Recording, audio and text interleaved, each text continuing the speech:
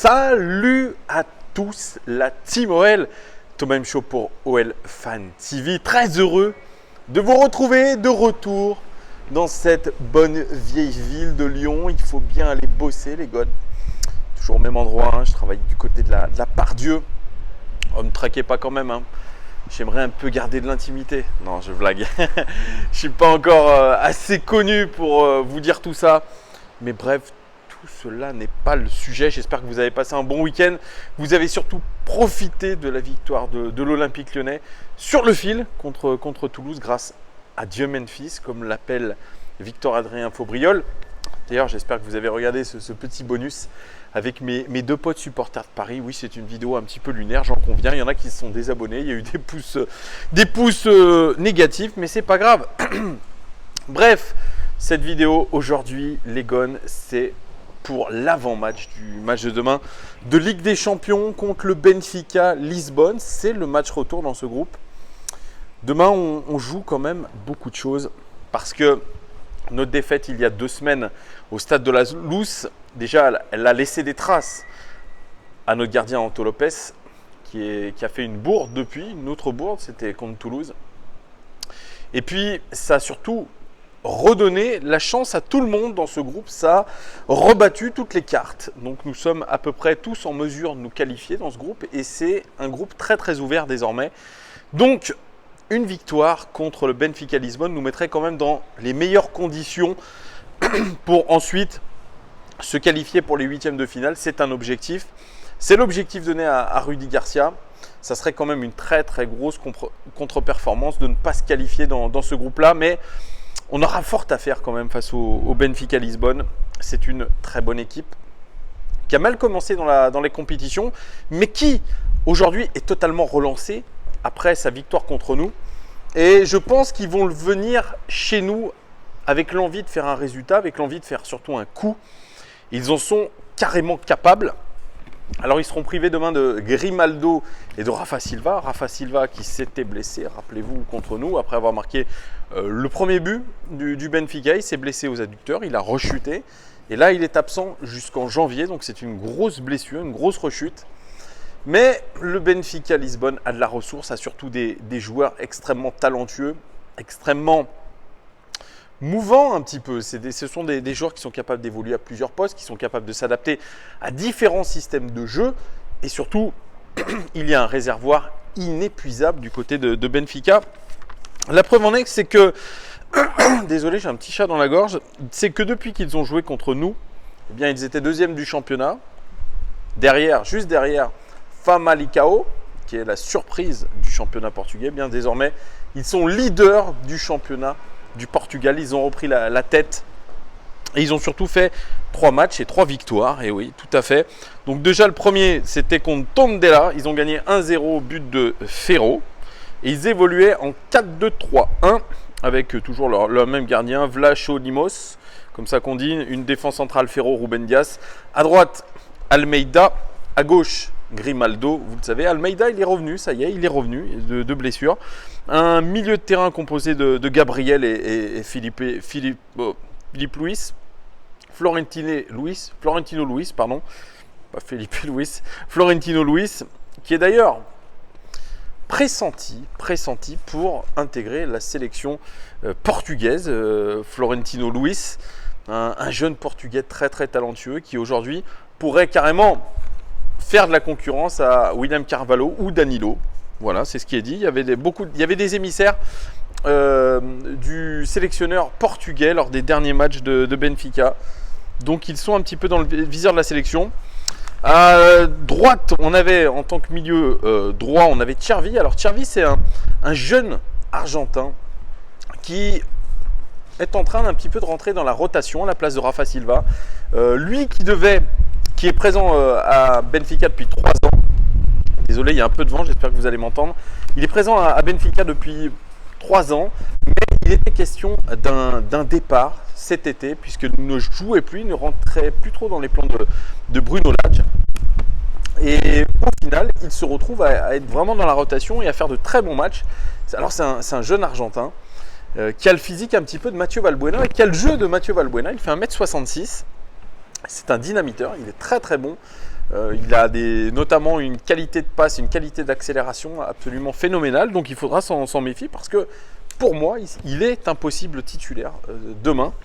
Il y avait aussi dans ce match-là, en tant que meneur de jeu, Adel Taarabt, vous savez, c'est le Marocain qui a pas mal bourlingué en Europe. Et puis à gauche, l'inévitable Pizzi qui sera probablement titulaire demain contre nous. Et puis en attaque, ils avaient le seul Seferovic, l'attaquant international suisse. Ensuite, ils ont fait un match contre Portimonense en 4-4-2. Cette fois-ci, ils sont passés du 4-2-3 en 4-4-2. Ils ont gagné 4-0. But d'Almeida, Ruben Dias et Vinicius, Carlos Vinicius. Et doublé de Carlos Vinicius d'ailleurs. Vinicius qui est l'ancien joueur de Monaco, un armoire à glace, brésilien. Alors dans l'équipe, donc il y avait toujours le même gardien. La défense, c'était Almeida, Ruben Dias, Jardel, qui a remplacé Ferro sur ce match, et Grimaldo, qui sera absent demain. Ensuite, vous aviez à droite Jetson Fernandez, Samaris, je vous en ai parlé, international grec, Gabriel, et puis Chervi, qui peut évoluer à gauche ou à droite. Donc plutôt intéressant. Et un autre joueur qui rentre un peu dans la rotation, il s'agit du portugais Chiquinho, jeune portugais Chiquinho, qui a été recruté, je dirais, récemment par Benfica, qui a signé un contrat longue durée. C'est un joueur qui est capable d'évoluer un peu de partout. C'est un milieu de terrain polyvalent, mais là, vous voyez, il le place un petit peu derrière l'attaquant principal qui est Vinicius, Carlos Vinicius. Il tourne un petit peu autour de Vinicius. C'est un joueur qui est plutôt un numéro 8, lui aussi visé par la sélection portugaise, lui qui évolue avec les jeunes. Là, il y a aussi des émissaires pour lui, pour le mettre dans la rotation en équipe du Portugal, avec notamment João Moutinho. Chiquinho, il est rentré, ces 2 derniers matchs, il a été titulaire, n'empêche. L'attaque Vinicius-Chiquinho, c'était l'attaque titulaire lors de ces derniers matchs, ce qui a relégué Raúl de Tomás, vous savez, c'est cet hispano-dominicain acheté à Madrid, au Real Madrid, laissé en tribune sur le dernier match notamment. Donc Chiquinho, attention, c'est un joueur aussi très rapide, très belle vista et surtout très complet et un style carrément différent de Carlos Vinicius. Donc voilà, ça il faudra en prendre en compte. Lui aussi, il pourrait être amené à être possiblement titulaire, à moins qu'on retrouve l'inévitable Seferovic. Mais vous voyez, alors sauf blessure, il n'apparaît pas Seferovic comme titulaire sur les 2 derniers matchs. Et le dernier match, il a été joué ce week-end et ils ont gagné 2-0 contre Rio Ave, 4-4-2 toujours. But de Ruben Dias qui décidément est en forme. Attention à Ruben Dias, surtout sur corner. Et puis Jetson Fernandez qui a marqué le deuxième but. Alors l'équipe, c'était Ruben Dias, Ferro, Almeida, Grimaldo. Normalement à la place de Grimaldo, ça devrait être Tavares, je vous en avais parlé aussi. À droite, Pizzi. Au milieu de terrain, un double pivot, si on peut dire, Florentino, Luis, Gabriel. À gauche, Chervi. Et une attaque Chiquinho, Carlos Vinicius. Vous voyez, c'est une équipe, finalement, on peut pas le savoir d'avance. Là, j'ai une espèce de guêpe qui me tourne autour. On ne peut pas savoir à l'avance ce qui va être décidé par Bruno Lage. On connaît un petit peu l'ossature défensive, qui devrait être la même. Ruben Dias, Ferro, Almeida à droite, à gauche, Tavares. Milieu de terrain, ce devrait être, je pense, Gabriel et Florentino Luis. À droite, moi je vois Pizzi. Pizzi est annoncé comme titulaire. À gauche, franchement, sur les derniers matchs, ça serait étonnant qu'il déroge à la règle et qu'il mette quelqu'un d'autre que Chervi. Pour moi, les seules questions qu'on a à se poser, c'est sur ces postes d'attaquants. Est-ce qu'il va maintenir Chiquinho et Carlos Vinicius, ou alors il va maintenir l'un des deux, il va l'associer à Seferovic. Moi, je pense que ça peut être aussi une option parce que Seferovic a beaucoup d'expérience. C'est surtout le meilleur buteur du championnat portugais la saison dernière. Donc, je le vois mal, Bruno Lage, se passer d'un joueur d'expérience comme ça, sauf s'il y a un problème physique. Donc, voilà, on devrait avoir pour moi un 4-4-2. Mais après, je ne suis pas dans la tête de Bruno Lage. Mais voilà. Pour nous, du côté de l'Olympique Lyonnais, alors la conférence de presse, je ne l'ai pas puisque je vous fais cette vidéo du temps de midi. La conférence de presse est prévue à 17h15, ou était prévue, ça dépend de quand vous regarderez cette vidéo, était prévue à 17h15 avec Rudy Garcia et Memphis Depay. Memphis Depay, ça sent le capitana et pour moi, c'est une véritable bonne nouvelle puisqu'il l'a montré. Il a cette âme de leader et puis c'est aujourd'hui, le meilleur joueur du club, c'est celui qui porte notre équipe, c'est celui qui a le plus de caractère. Donc oui, voilà, juste, j'aimerais pas que ça lui bouffe de l'énergie un peu trop et qu'il perde de la lucidité, c'est toujours ce problème-là. Mais en tout cas, voilà, c'est un joueur aujourd'hui qui est respecté dans le vestiaire par rapport à ce qu'il donne. C'est vrai que ce but à la 95e minute, je suis d'accord, je reprends un petit peu de ce qu'a dit Joel sur Twitter. Il dit, mais Memphis, il n'a pas d'autre choix que de partir tout seul, puisqu'il n'y a aucune proposition dans la profondeur. On a une infériorité numérique par rapport à Toulouse, donc il a que le choix d'y aller tout seul. D'ailleurs, c'est un peu une constante Memphis Depay. Il y va souvent seul quand il voit que c'est fermé, parce que il se dit, finalement, comme ça bouge pas autour de moi, moi je suis capable de faire la différence. Et puis voilà, je suis meilleur que tout le monde. Et sur ce match contre Toulouse, effectivement, il nous délivre. C'est un match quand même qui est fondateur dans le caractère, dans la personnalité qu'on a donnée. C'est surtout au mental qu'on l'a réussi ce match. Parce qu'on était, on va pas se mentir, une nouvelle fois, on était face à une faible équipe de Toulouse et on a surtout pris 2 buts face à une faible équipe de Toulouse. Je lisais un article dans France Football consacré à la situation de Toulouse. Toulouse, c'est la catastrophe. C'est un club anonyme. C'est-à-dire, à Toulouse, vous avez le football et le rugby. On sait à peine qu'il existe un club de foot là-bas. Parce que le public est très versatile. C'est-à-dire, quand ça gagne un petit peu Toulouse, eh bien, tout le monde va au stade. Quand ça perd, il n'y a personne. Donc, en ce moment, rendez-vous compte, il n'y a personne au stadium, que les joueurs, ils ne sont pas transcendés. En fait, voilà, ils sont là pour pratiquer un football anonyme. Voilà, c'est le mot anonyme. C'est l'anonymat aujourd'hui. C'est l'équipe reprise par Antoine Camboiré. Elle est anonyme. À l'époque, on avait un Olivier Sadran qui était propriétaire du club, président, qui était tout le temps dans la presse, un petit peu à la manière de Jean-Michel Aulas, qui montait au créneau, etc. Aujourd'hui, il est absent, Olivier Sadran. Il a délégué son poste à son bras droit, qui lui a un charisme d'huître. Donc au final, on a fait 3-2 contre une équipe vraiment, mais fantôme. Ça aussi, c'est à prendre en compte. Donc on a été quand même fébrile contre une équipe vraiment de seconde zone, une équipe qui se bat pour le maintien depuis plusieurs saisons. Et il n'y a pas vraiment de réaction. Donc c'est pour ça que ça peut aussi être un petit peu inquiétant. Certes, on a vu des choses positives du côté de l'OL. On a marqué un but de plus que l'adversaire. Ça, c'est un petit peu la philosophie de Garcia. Mais d'un autre côté, on s'est fait peur. Et à plusieurs reprises, et surtout au niveau des expected goals, vous avez vu on a marqué 3 buts, on était en surperformance. Donc aujourd'hui, tomber contre une équipe du Benfica en pleine confiance, qui est capable de s'organiser différemment selon les matchs et d'être aussi performant, de savoir changer même ses joueurs. Voilà, c'est un groupe tellement homogène, le Benfica Lisbonne. Ce sont un groupe de joueurs tellement homogènes que tous peuvent se remplacer et vice-versa. C'est-à-dire que Bruno Lage, il a une énorme latitude pour faire son équipe, pour préparer son équipe, parce que tous les joueurs sont un petit peu dans le même profil et surtout sont adaptés à la culture du Benfica et à la culture de jeu que propose Bruno Lage depuis 1 an désormais. Donc aujourd'hui, il se déplace pour moi avec une très très grande confiance sur notre pelouse. Et ça, aujourd'hui, ça me fait peur. Ça me fait peur parce que c'est la Ligue des Champions. On sait qu'il y a une toute autre intensité. Il faut être à 110, 120, 130% quand vous rentrez dans un match comme ça. Et que l'OL, au final, n'est sûr de rien. N'est sûr de rien. On est toujours en convalescence, les gones. On ne peut pas dire aujourd'hui qu'on est guéri. Après avoir fait 2 victoires consécutives en championnat contre 2 candidats au maintien, aujourd'hui, c'est non. Je pense même qu'aujourd'hui, Rudy Garcia doit se poser la question de quelle est son équipe idéale, son 11 idéal. Qui va-t-il aligner demain? Ça, c'est une bonne question. Il alignera probablement un 4-4-2, probablement. Mais vous savez que lui, il aime bien un petit peu aussi changer de tactique pendant les matchs. C'est une équipe qui est modulable, qui peut passer d'un 4-4-2 à un 4-2-3 ou un 4-3-3. Il aime bien les équipes un peu comme ça où il n'a pas besoin de changement pour refaire une stratégie en cours de match.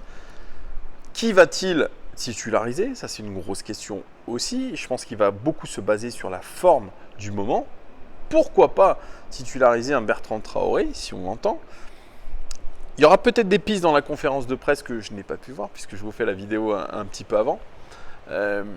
Mais en tout cas, cette équipe de l'Olympique Lyonnais, pour moi, elle n'a aucune certitude.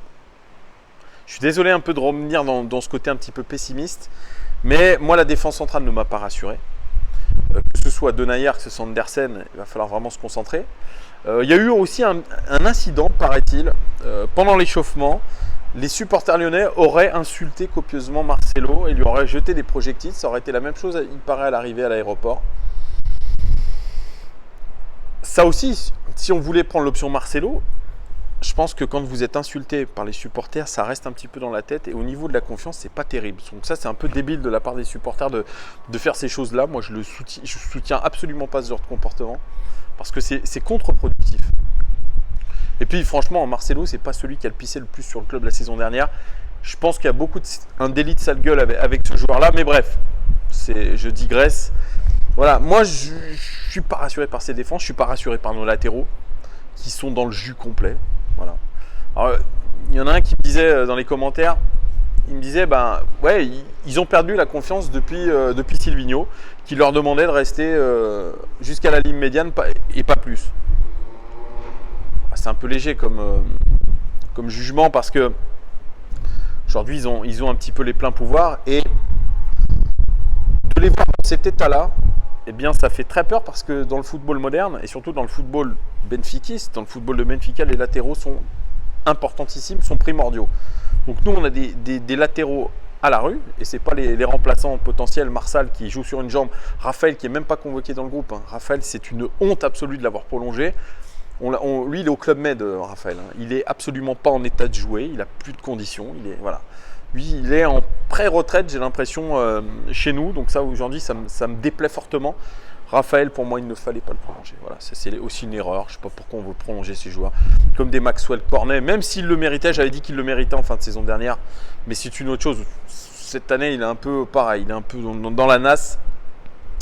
Mais voir qu'on a si peu de concurrence au niveau de nos latéraux et que un Koné est en grande difficulté actuellement et un Dubois est en très très grande difficulté lui aussi.